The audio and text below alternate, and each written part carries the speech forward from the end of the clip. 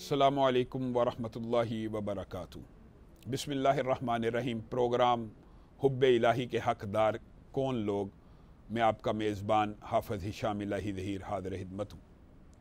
मुअज़्ज़ज़ सामीन गिरामी कदर, इंशाअल्लाह आज हम उस पहले खुश नसीब और खुश किस्मत बंदे के हवाले से गुफ्तगू करेंगे जिससे अल्लाह रब्बुल इज़्ज़त मोहब्बत फरमाते हैं। पहले प्रोग्राम में हमने आपके सामने ये बात रखी थी कि हम सबको भी अल्लाह रब्बुल इज़्ज़त से मोहब्बत करनी चाहिए, लेकिन असल खुश किस्मत, असल खुश नसीब, असल में जो एज़ाज़ हासिल है या असल में जो मुनफरद बंदा है वो वही है जिससे अल्लाह रब्बुल इज़्ज़त मोहब्बत फरमाए। तो इंशाअल्लाह आज इस कैटेगरी में उतरने वाले पहले शख्स का तज़किरा करेंगे। सूरह बकरा में अल्लाह रब्बुल इज़्ज़त इरशाद फरमाते हैं, इन्नल्लाह युहिब्बुत तव्वाबीन व युहिब्बुल मुततहिरीन। मुअज़्ज़ज़ सामीन गिरामी कदर, इस आयत को डिटेल में समझने से पहले हमें ये बात समझना ज़रूरी है कि अल्लाह रब्बुल इज़्ज़त ने नबी करीम सल्लल्लाहु अलैहि वसल्लम के ज़रिए से हम तक ये पैगाम पहुँचाया है कि कुल्लु बनी आदम ख़त्ताउन व खैरुल ख़त्ताईन तव्वाबून। आदम का हर बेटा गलती करेगा, गलती कर सकता है, गलती में मुब्तला हो सकता है। गलती से पाक अगर अल्लाह रब्बुल इज़्ज़त ने किसी को बनाया है तो वो आमीना के लाल को बनाया। हर आदम का बेटा गलती करेगा, लेकिन बेहतरीन गलती करने वाला वो है जो अल्लाह के सामने आके तौबा की तरफ पलट आए, अल्लाह के सामने रुजू कर ले, अल्लाह की तरफ लौट आए। वो बेहतरीन बंदा है जो तौबा करने वाला है। हज़रत आदम का और इब्लीस का जो बुनियादी फ़र्क था वो क्या था? आदम से गलती हुई और आदम ने गलती करने के बाद क्या कहा? रब्बना ज़लमना अनफुसना व इल्लम तग़फ़िर लना व तरहमना लनकूनन्ना मिनल ख़ासिरीन। अल्लाह रब्बुल इज़्ज़त, हम तो अपनी जानों पे जुल्म कर बैठे हैं और अगर आपने हमें माफ़ ना किया हम हसारा पाने वालों में से हो जाएंगे। और इब्लीस ने क्या कहा? अबा वस्तकबरा, गलती की और उसके ऊपर डट गया। ये आदम का और इब्लीस का बुनियादी फ़र्क होना चाहिए और यही इब्ने आदम का और शैतानी सिफ्त वाले इंसानों के दरमियान फ़र्क होता है और होता रहेगा और क़यामत तक यही असल फ़र्क है। होता क्या है? गलती इंसान कर लेता है, बल्कि नबी करीम सल्लल्लाहु अलैहि वसल्लम ने इरशाद फरमाया, क्या इरशाद फरमाया? अगर तुम गलती करो ही ना तो अल्लाह रब्बुल इज़्ज़त ऐसी कौम पैदा करेगा जो गलती करेगी और फिर अपने गुनाहों की माफ़ी मांगेगी। गोया माफ़ी मांगना अल्लाह रब्बुल इज़्ज़त को महबूब है, अल्लाह रब्बुल इज़्ज़त को पसंद है। और मेरे भाइयों, कितनी आसान बात है। अगर आप और मैं आज ही चाहते हैं कि अल्लाह रब्बुल इज़्ज़त हमसे मोहब्बत करना शुरू कर दे तो मैं और आप अपने गुनाहों की तौबा करना शुरू कर दें। ये कितने बड़े एजाज़ की बात है। और नबी करीम सल्लल्लाहु अलैहि वसल्लम की सही हदीस है, अल्लाह रब्बुल इज़्ज़त अपने बंदे की तौबा से इतना खुश होते हैं, कितना खुश होते हैं।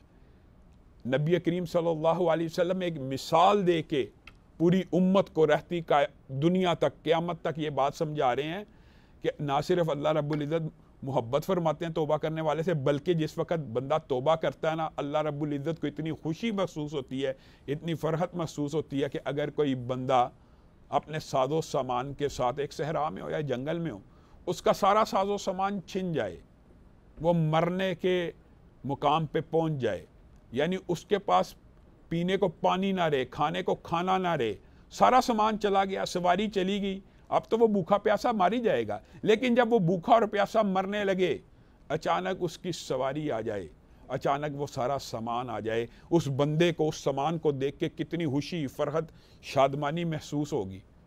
जितना खुश वो बंदा उस सामान को पाके होता है, नबी करीम सल्लल्लाहु अलैहि वसल्लम ने इरशाद फरमाया, अल्लाह रब्बुल इज़्ज़त को उस बंदे से ज़्यादा खुशी होती है जब कोई बंदा अपने हाथों को अल्लाह रब्बुल इज़्ज़त की बारगाह में फैला के अपने गलती का इतराफ़ करता है।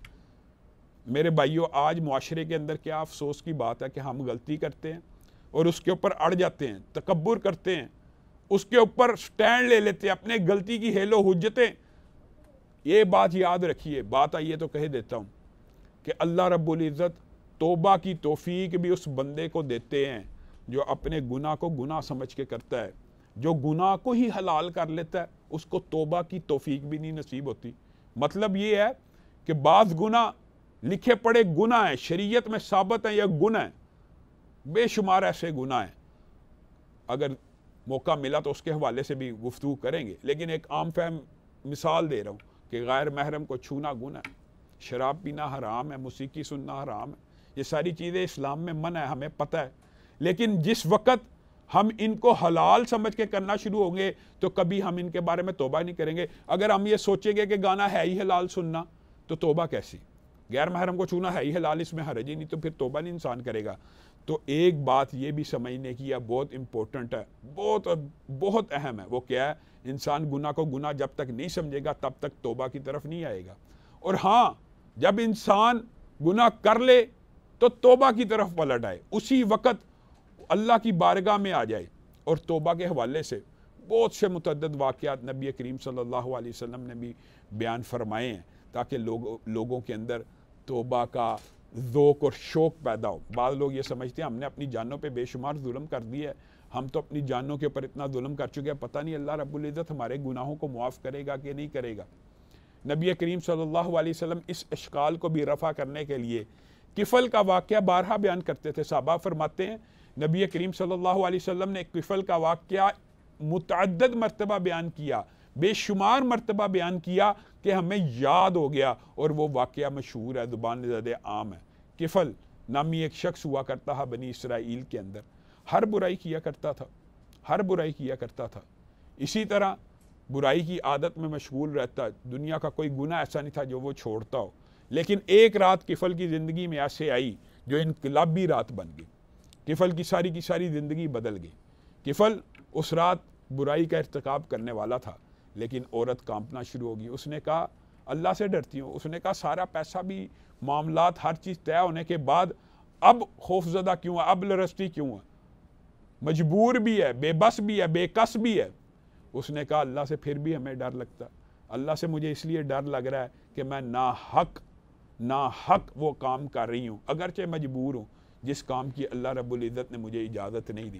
تو کفل کے دل کے اوپر چوٹ لگی کہ میں نے کبھی اس انداز میں سوچا ہی نہیں، میں تو برائیوں کا تعاقب کرتا ہوں، یہ عورت مجبور، بے بس، ماں مرنے والی، دوائی موجود نہیں ہے، اس کے لیے برے کام کا ارتکاب کر رہی ہے اور اللہ سے اتنا ڈر رہی ہے، تو میں تو ڈھونڈ کے برائیوں کے پیچھے جاتا ہوں۔ بس یہ ٹرننگ پوائنٹ تھا۔ اسی وقت کفل نے اللہ رب العزت کے سامنے اپنے ہاتھوں کو پھیلایا، اللہ کی بارگاہ میں نادم ہوا۔ اور پھر یہ دیکھیے، یہ بھی قسمت اور مقدر اور تقدیر کی بات ہوتی ہے، یہ رات کفل کی زندگی کی آخری رات ثابت ہوئی۔ اب صبح ہوئی، لوگ دیکھ رہے ہیں کفل بازار میں نہیں ہے، لوگ دیکھ رہے ہیں کفل برائی کی جگہوں پہ نہیں ہے۔ لوگوں نے کہا شراب کے نشے میں دھت ہوگا، اپنے گھر میں پڑا رہے گا، کچھ دیر بعد آئے گا۔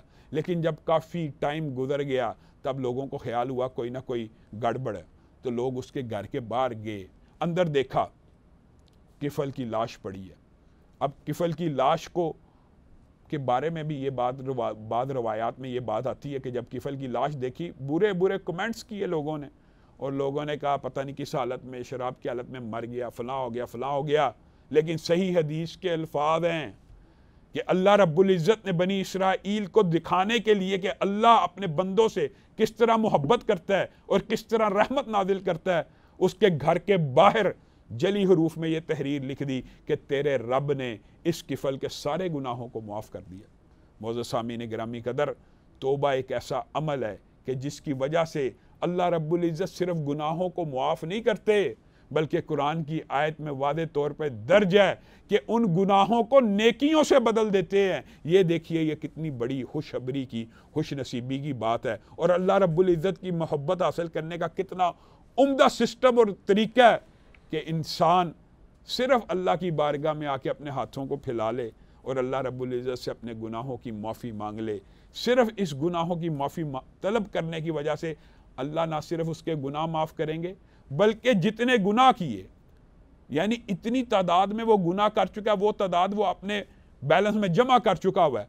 اب ہونا تو یہ چاہیے تھا اللہ صرف مٹا بھی دے تو کافی ہے، لیکن اللہ رب العزت جتنے گناہ کیے اتنی ہی نیکیاں اس کے نامہ اعمال میں درج کر دیتا ہے۔ معزز سامعین گرامی قدر، گناہ ایک ایسا وبال ہوتا ہے کہ جو بندہ مومن کے لیے بہت بھاری ہوتا ہے، اور وہ اس کے بوجھ میں دبتا چلا جاتا ہے، اس کے اوپر نادم ہوتا چلا جاتا ہے، اس کے رنج اور غم میں مبتلا رہتا ہے۔ لیکن بندہ فاسق کے لیے، بندہ نافرمان کے لیے صحیح حدیث کے الفاظ ہیں وہ ایسے ہی ہے جیسے کسی کے ناک کے اوپر بیٹھی ہوئی ایک مکھی ہے، اس کو کوئی پرواہ نہیں۔ اصل میں مطلوب و مقصود گناہ پہ نادم ہونا ہے۔ اور میرے بھائیوں، ہمارے بابا آدم صحیح معنوں میں اگر غور کریں تو اپنی ایک غلطی تو کر لی، لیکن اس کے اوپر نادم کیسے؟ صدیاں بیت گئیں، پوری دنیا ختم ہو گئی، دوبارہ حشر قائم ہو گیا۔ شفاعت کی حدیث آپ سب ساتھیوں نے سنی ہوگی، ہم سب قیامت کے دن بابا آدم کے پاس جائیں گے کہ اللہ سے کہیے بہت ہو چکی، حساب کتاب ہی شروع فرما دیں۔ تو حضرت آدم اس وقت ہمیں اور تمہیں یہ مخاطب ہو کے کہیں گے کہ میں اپنے رب کے سامنے جانے سے ڈرتا ہوں۔ کس وجہ سے؟ میں شرمندہ ہوں، عرصہ بیت گیا، ہزاروں برس گزر گئے، وہ گناہ کی شرمندگی ختم نہیں ہوئی جس گناہ کو اللہ رب العزت نے معاف بھی کر دی ہے۔ تو بندہ مومن کا حال یہ ہونا چاہیے۔ اور سیرت کے اندر 2 واقعات صرف آپ کے سامنے، ان کا سرسری ذکر کروں گا، ان میں سے ایک واقعہ تفصیلاً آپ کے سامنے رکھتا ہوں کہ گناہ کو مومن کس طرح اپنے قلب کے اوپر محسوس کرتا ہے، کس طرح بوجھ فیل کرتا ہے، اور کس وجہ سے اللہ رب العزت کی بارگاہ میں آ کے توبہ کرتا ہے، کس طرح وہ اللہ رب العزت کے سامنے پاک صاف ہونے کی خواہش کرتا ہے۔ حضرت ماعز اسلمی کا مشہور واقعہ، اور دوسرا واقعہ قبیلہ غامدیہ کی عورت کا۔ نبی کریم صلی اللہ علیہ وسلم کے پاس آ گئی، اے اللہ کے رسول، غلطی تو ہو چکی ہے، جرم تو ہو چکا ہے، لیکن طہرنی، اللہ پاک کر دیجئے، اللہ کے رسول پاک کر دیجئے، اللہ سے بھی معافی مانگتی ہوں، آپ کی بارگاہ میں بھی آئی ہوں۔ اس لفظ کا ترجمہ کیا ہے؟ اس لفظ کا مطلب یہ تھا کہ قبیلہ غامدیہ کی وہ خاتون نبی کریم صلی اللہ علیہ وسلم کی بارگاہ میں آ کے یہ کہہ رہی تھی مجھے اس جرم کی سزا دے دی جائے، یعنی میرے اوپر حد لاگو کر دی جائے۔ اور یاد رکھیے، اقرار جرم جو ہوتا ہے یہ ایک فقہی مسئلہ ہے کہ اقرار جرم ساری شرائط کو ساقط کر دیتا ہے۔ جتنے 4 گواہوں کی حاجت وغیرہ ہوتی ہے وہ اقرار جرم اکیلا ان کے لیے کافی ہو جاتا ہے۔ اب جب اس عورت نے اقرار جرم کیا، نبی کریم صلی اللہ علیہ وسلم کے پاس آئی کہ میرے اوپر حد کو لاگو کر دیا جائے۔ نبی کریم نے کہا جاؤ، ابھی پتہ نہیں اس گناہ کا رزلٹ ظاہر ہوا کہ نہیں۔ کچھ عرصے کے بعد آئی، کہا نتیجہ ظاہر ہو چکا ہے، اے اللہ کے رسول حمل سے ہو۔ نبی کریم صلی اللہ علیہ وسلم نے فرمایا واپس پلٹ جاؤ، جب حمل ظاہر ہوگا یعنی بچہ پیدا ہو جائے گا تب تشریف لانا، کیونکہ اس بچے کا کوئی قصور نہیں۔ یہ بھی فقہی ایک مسئلہ کہ اس بچے کا کوئی قصور نہیں ہوتا جو گناہ کے نتیجے میں پیدا ہوا ہو۔ تو نبی کریم صلی اللہ علیہ وسلم اس کو بچانے کے لیے کہتے ہیں جب حمل ظاہر ہوگا تب آنا۔ عورت بچہ پیدا ہوتا ہے، بچے کو ہاتھ میں لیے نبی کریم صلی اللہ علیہ وسلم کی بارگاہ میں آ رہی ہے۔ اب دیکھیے کتنا لمبا عرصہ بیت چکا ہے، 9 ماہ سے اوپر وقت گزر چکا ہے، لیکن گناہ ایسا ہے جو رات کو سونے نہیں دے رہا، جو دن میں سونے نہیں دے رہا، تنگ کر رہا ہے، اذیت دے رہا ہے، اتنی اذیت کہ اپنے آپ کو رضا کرانا طور پہ اقرار جرم کر کے رسول اللہ کی بارگاہ میں پیش کر رہی ہیں کہ مجھے سنگسار کیا جائے۔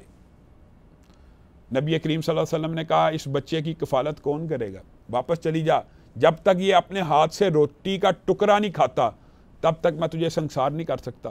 اور مورخین نے لکھا ہے کہ عورت نے اتنی اللہ رب العزت کے سامنے خلوص سے توبہ کی تھی کہ بچے کو 4 ماہ کی عمر میں روٹی کھانا سکھلا دیا۔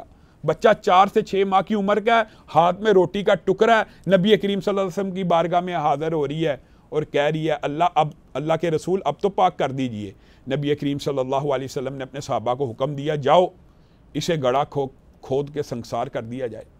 اب پتھر مار رہے ہیں، سچا واقعہ آپ کے سامنے رکھ رہا ہوں۔ حضرت خالد ابن ولید کا پتھر زور سے لگا ماتھے کے اوپر، فوارہ خون کا نکلا، وہ حضرت خالد ابن ولید کے کپڑوں کے اوپر گر گیا۔ حضرت خالد ابن ولید نے کہا ناپاک عورت جاتے جاتے میرے کپڑوں کو بھی ناپاک کر گئی۔ نبی کریم صلی اللہ علیہ وسلم جو کبھی غصے میں نہیں تھے آتے، جو کبھی تلخ نہیں تھے ہوتے، بڑی سے بڑی بات ہو جائے نبی کریم صلی اللہ علیہ وسلم کی پیشانی کے اوپر بل نہیں تھا پڑتا۔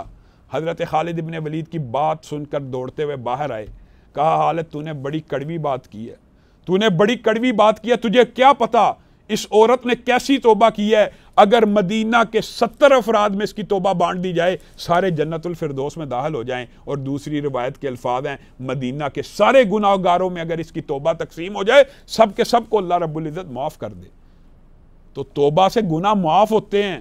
اور یہ بات بھی یاد رکھ لیجئے، بعض لوگ سمجھتے ہیں یہ قرون اولیٰ کی وحشیانہ سزائیں ہیں، इंसानी जिस्म पाक साफ होता है। सज़ा देने का कई दफ़ा मतलब ये भी होता है कि मुआशरे के अंदर अमन सुकून फैले और मुआशरे के अंदर कोई दूसरा जुर्म करने की जिसारत ना करे। लेकिन इस्लामी सज़ाओं में एक पहलू उनका पाक साफ होना भी होता है कि जब वो अपने जुर्म की सज़ा भुगत लेते हैं तो गुनाह से ऐसे पाक साफ हो जाते हैं जैसे उन्होंने जुर्म किया ही ना हो। इसी तरह एक और वाक़या नबी करीम सल्लल्लाहु अलैहि वसल्लम बयान फरमाते हैं और जिसके अंदर तो इस बात की निशानदेही की गई है कि सिर्फ तौबा की नीयत करने से भी इंसान के गुनाह माफ़ हो जाते हैं। मशहूर वाक़या आप सब ने सुना होगा, बनी इसराइल के अंदर एक आदमी हुआ करता था, उसने 99 कत्ल किए। अब 99 कत्ल के बाद अचानक दिल में ख्याल आया बहुत बड़ा जुर्म कर बैठा हूँ, 99 अफराद को कत्ल कर चुका हूँ, पता नहीं अल्लाह रब्बुल इज़्ज़त मेरे ये गुनाह माफ़ करेगा कि नहीं। एक आबिद के पास गया, कहा कि क्या अल्लाह रब्बुल इज़्ज़त कत्ल को भी माफ़ फरमा देते हैं? उसने कहा नहीं, तूने एक तो नहीं किया, तूने दो तो नहीं किए, तूने तो 99 अफराद को कत्ल कर दिया है, तेरे गुनाह अल्लाह रब्बुल इज़्ज़त नहीं माफ़ करेगा। उसने कहा अच्छा अगर माफ़ नहीं होने तो तेरे इस जुमले की वजह से तुझे भी कत्ल करता। पूरे 100 कर लिए। किसी ने उसको कहा फलां बस्ती के अंदर एक आलम रहता है, उससे जाके पूछ कि गुनाह माफ़ होते हैं कि नहीं होते। वो आबिद था, वो इस मसले को ना समझा, उसने गलत बतला दिया, वो भी कत्ल हो गया। आलिम के पास गया, उसने कहा अल्लाह रब्बुल इज़्ज़त की बारगाह में तौबा कर, मुझे उम्मीद है अल्लाह ताला तेरे ये गुनाह भी माफ़ कर देगा। गारंटी कोई नहीं, अल्लाह की मर्ज़ी है, अल्लाह को मनाना चाहता है, अल्लाह की बारगाह में तौबा करना शुरू कर दे, हो सकता है अल्लाह तेरी बात मान जाए। और तुझे एक मशवरा देता हूँ, फ़लाँ इलाके में नेकोकारों की एक बस्ती है, उस इलाके में चला जा, अपनी बाकी ज़िंदगी उस इलाके में बसर कर दे, उम्मीद है अल्लाह ताला तेरे गुनाहों को माफ़ कर देगा। अब होता क्या है, नेकोकारों की बस्ती की तरफ चल पड़ा। अभी मुंह से तौबा के अल्फाज नहीं निकले, सिर्फ नीयत है कि मैं नेकोकारों की बस्ती में रहूँगा, सारी उम्र वहाँ पे बिताऊँगा, अल्लाह रब्बुल इज़्ज़त से अपने गुनाहों की माफ़ी मांगूंगा। नियत करके निकल पड़ा, लुकमा अजल बन गया। आसमान से फरिश्ता मौत का नादिल हुआ, उसने रूह को कब्ज़ कर लिया।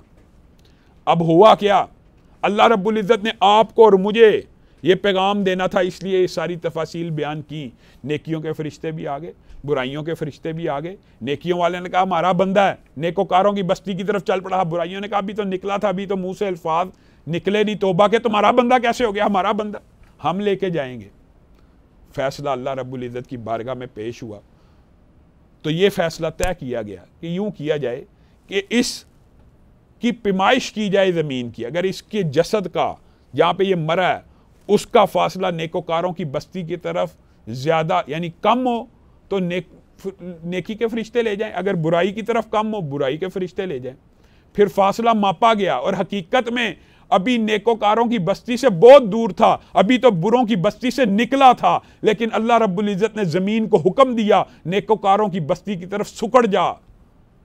जब पैमाइश की गई वो नेकोकारों की बस्ती की तरफ हो गया और अल्लाह रब्बुल इज़्ज़त ने उसके सारे गुनाह माफ़ कर दिए। तो मुअज़्ज़ज़ सामीन गिरामी कदर, अगर अल्लाह रब्बुल इज़्ज़त जना जैसा जुर्म माफ़ फरमा देते हैं, कत्ल जैसा एक नहीं, हकूकुल इबाद में आप खुद बतलाइए, बाद लोग ये समझते हैं हाँ हकूकुल इबाद की बहुत अहमियत है। इंशाअल्लाह आइंदा आने वाले प्रोग्राम में उसके हवाले से भी गुफ्तगू होगी कि बाद वो लोग जिनसे अल्लाह मोहब्बत करता है लोगों के हकों को अदा करते हैं, लेकिन हकूकुल इबाद में सबसे बड़ी हक तलफी तो कत्ल होता। अगर अल्लाह रब्बुल इज़्ज़त कत्ल माफ़ फरमा देते हैं, किस वजह से? तौबा करने की वजह से। हाँ, अल्लाह ताला कंपनसेशन क़यामत के दिन मकतूल को ज़रूर देंगे, अल्लाह ताला उसको भी राज़ी करेंगे। अल्लाह ताला जुल्म करने वाले नहीं, जस्टिस करने वाले हैं। लेकिन अल्लाह रब्बुल इज़्ज़त अगर सिद्क़ के दिल से तौबा हो तो कत्ल जैसे गुनाहों को भी अल्लाह रब्बुल इज़्ज़त माफ़ कर देते हैं। इंशाअल्लाह आइंदा आने वाले प्रोग्राम में इसी मौजू को कि अल्लाह रब्बुल इज़्ज़त तौबा करने वालों को पसंद फरमाते हैं और उनसे मोहब्बत करते हैं। इन्नल्लाह युहिब्बुत तव्वाबीना व युहिब्बुल मुततहिरीन, इसी टाइटल और इसी अनवान के तहत अगला प्रोग्राम भी करेंगे, क्योंकि ये मौजू बहुत ज़्यादा अहम है और इसकी बहुत ज़्यादा अहमियत है। और हमारे मुआशरे के अंदर सिर्फ अगर यही कल्चर आम हो जाए कि हम अपने गुनाहों पे नादम होकर अल्लाह रब्बुल इज़्ज़त की बारगाह में अपने हाथों को फैला के इस्तग़फ़ार करना शुरू कर दें तो इंशाअल्लाह हम कामयाब हो जाएंगे। मैं आपका मेज़बान हाफ़िज़ हिशाम इलाही ज़हीर प्रोग्राम हुब्बे इलाही के हक़दार में आपसे इजाज़त चाहता हूँ।